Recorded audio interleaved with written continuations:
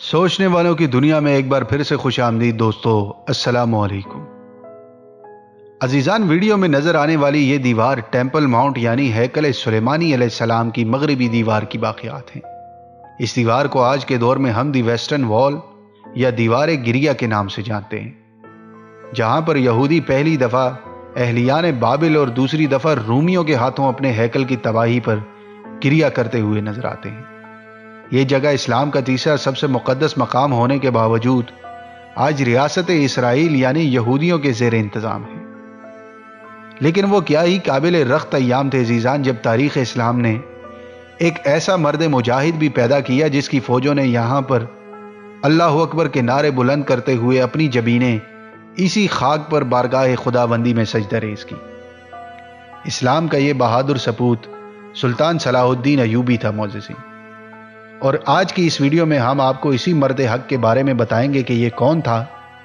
और किस तरह फातिह बैतुल मक़दस के अजीम लक़ब से मुयज्जन हुआ।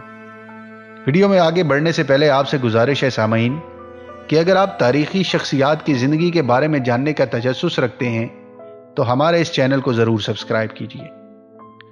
प्यारे दोस्तों, कौन जानता था कि मौजूदा दौर के मुल्क इराक़ के शहर तकरीत में एक कुर्द ख़ानदान के यहाँ आंख खोलने वाला सलाहुद्दीन यूसुफ इब्ने अयूब आने वाले वक्तों में सलाहुद्दीन अयूबी बनेगा, जिसकी सल्तनत की सरहदें मिस्र, शाम, तुर्की, हिजाज, कुद्स और नील के साहिलों तक फैली होंगी।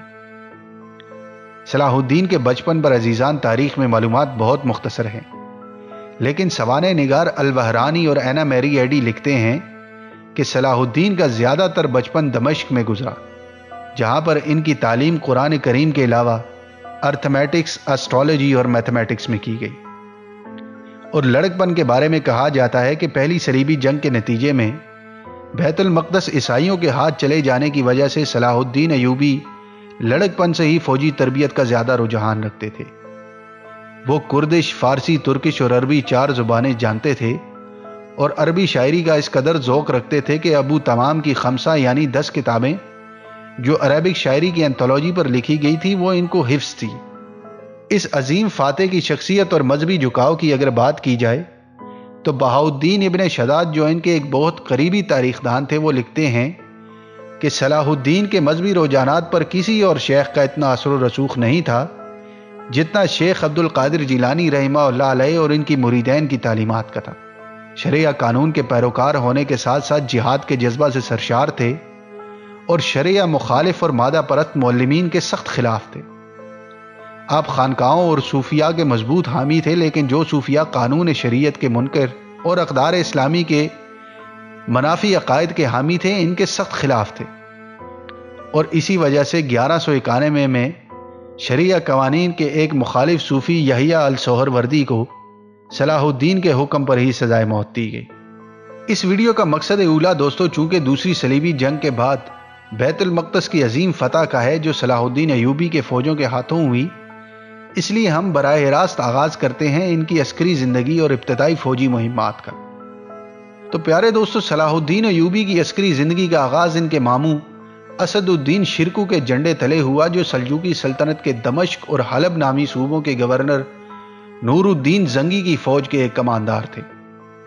और पहली दफ़ा एक बाकायदा फ़ौजी मुहिम में आपने हिस्सा तब लिया जब 1164 में फ़ातिमी खिलाफत, जो मिस्र की एक शिया खिलाफत थी,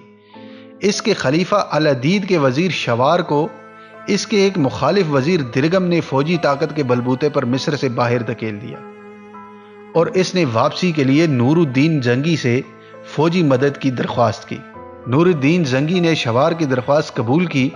और अपने सबसे अहम कमांडार असदुद्दीन शिरकू को यह काम सौंपा, जो आप पहले जान चुके कि सलाहुद्दीन के मामू थे और सलाहुद्दीन इन्हीं की फ़ौज का एक ज़िलदार था। असदुद्दीन की फ़ौज ने शवार के साथ मिलकर दिरगम की फ़ौजों का मुकाबला किया और फतह हासिल करने के बाद शवार कामयाबी से दोबारा फ़ातिमी सल्तनत का वज़ीर बन गया। ये वज़ीर की मसनद इसलिए इतनी अहम थी प्यारे दोस्तों कि फ़ातिमी खिलाफत में खलीफा के बाद सबसे पावरफुल यही मनसब समझा जाता था। तो इस फतह के बाद सलाहुद्दीन अयूबी को इसके मामू ने वहीं छोड़ा और वापस चला गया, जबकि सलाहुद्दीन ने फ़ातिमी खिलाफत की इमा पर बहुत से मार्के लड़े और फतूहात हासिल की और साथ ही साथ फ़ातिमी खिलाफत की सियासत और महल में اپنے پاؤں مضبوط کرتا گیا اور یہاں تک کہ ایک دن صلاح الدین ایوبی اس فاطمی محل کا وزیر بن گیا، جو خلیفہ کے بعد آپ جان چکے کہ دوسری سب سے پاورفل مسند تھی۔ اور کہا جاتا ہے کہ صلاح الدین ایوبی کی ہی منشا پر خلیفہ العدید کی موت کے بعد مصر کو دوبارہ سے عباسی خلافت کے زیر انتظام کر دیا گیا، جبکہ اس سے پہلے اسلام کے ایک ہی وقت میں 2 خلیفہ ہوا کرتے تھے، ایک فاطمی اور دوسرا عباسی۔ اور خلافت کی اسی یکسوئی کی نسبت سے صلاح الدین کو خلافت کو پھر سے زندہ کرنے والا بھی کہا جاتا ہے۔ بیت المقدس پیارے دوستو 1099 میں پہلی صلیبی جنگ کے اختتام پر صلیبیوں کی جیت کے بعد سے ایسٹ رومن امپائر یعنی عیسائیوں کے زیر تسلط تھا۔ صلیبیوں کے اس خطۂ زمین میں موجود ہونے کی وجہ سے چھوٹی موٹی جھڑپیں مسلمانوں اور صلیبی دستوں کے درمیان جاری رہتی تھی،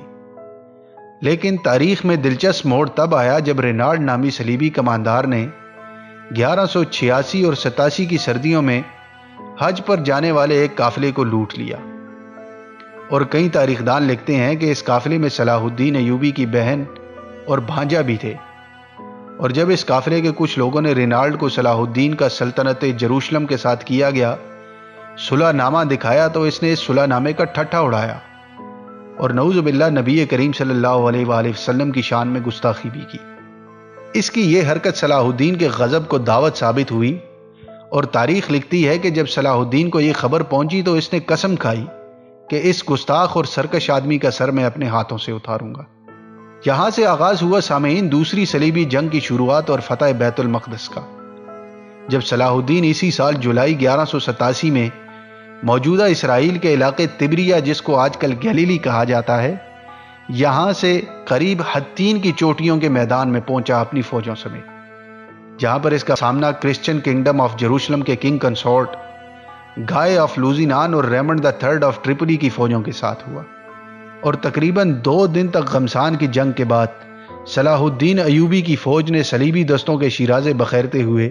ان کو شکست فاش دی۔ اسی جنگ کے نتیجے میں رینالڈ گرفتار ہوا اور حج کے قافلے لوٹنے اور آپ صلی اللہ علیہ وسلم کی شان میں گستاخی کی وجہ سے صلاح الدین نے اپنے ہاتھوں سے اس کی گردن اتار دی۔ اس جنگ کے بعد دوستو صلاح الدین نے یروشلم کا محاصرہ کیا اور مختصر مزاحمت کے بعد اس شہر کے عیسائی واسیوں نے سرنڈر کر دیا، جن کو امان بخش دی گئی۔ بیت المقدس آج شاید دوبارہ اپنے صلاح الدین کے انتظار میں ہے پیارے دوستو، لیکن مسلمان محض ایک انکساری اور نا امیدی کی تصویر ہی بن کر رہ گئے۔ امید کرتا ہوں آپ کو یہ ویڈیو پسند آئی ہوگی۔ آئندہ پھر کسی موضوع کے ساتھ آپ سے ملاقات ہوگی، تب تک کے لیے اپنا خیال رکھیے گا۔ خدا حافظ۔